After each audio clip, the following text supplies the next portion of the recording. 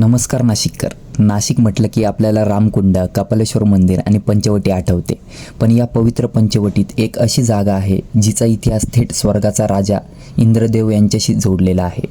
आज आपण आलो आहोत नाशिकच्या प्राचीन आणि रहस्यमय इंद्रकुंड येथे. पौराणिक कथेनुसार एकदा ऋषी गौतम यांच्या शापामुळे देवराज इंद्रांचे तेज नष्ट झाले होते. या शापातून मुक्ती मिळवण्यासाठी स्वतः इंद्रदेव या पवित्र भूमीत आले. त्यांनी या कुंडात स्नान केले आणि भगवान शिवजींची कठोर तपश्चर्या केली. त्यांच्या भक्तीवर प्रसन्न होऊन महादेवांनी त्यांना शापमुक्त केले. म्हणूनच या कुंडाला इंद्रकुंड असे नाव पडले. इंद्रकुंडाजवळ श्री इंद्रकुंड देवस्थान आहे. हे ऐकून तुम्हाला आश्चर्य वाटेल, पण संपूर्ण भारतात इंद्रदेवांची मंदिरं खूप दुर्मिळ आहे.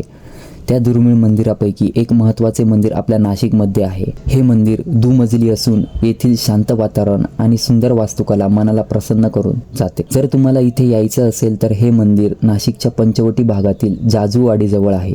रामकुंड किंवा पंचवटी कारंजापासून हे मंदिर अगदी चालत जाण्याच्या अंतरावर आहे.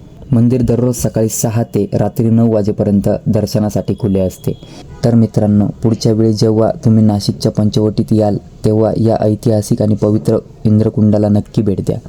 तुम्हाला ही माहिती कशी वाटली ते कमेंटमध्ये नक्की सांगा. व्हिडिओ आवडला असेल तर लाईक करा, शेअर करा आणि अशाच नवनवीन ठिकाणांची माहिती मिळवण्यासाठी आपल्या अकाउंटला फॉलो करायला विसरू नका. धन्यवाद. जय श्रीराम.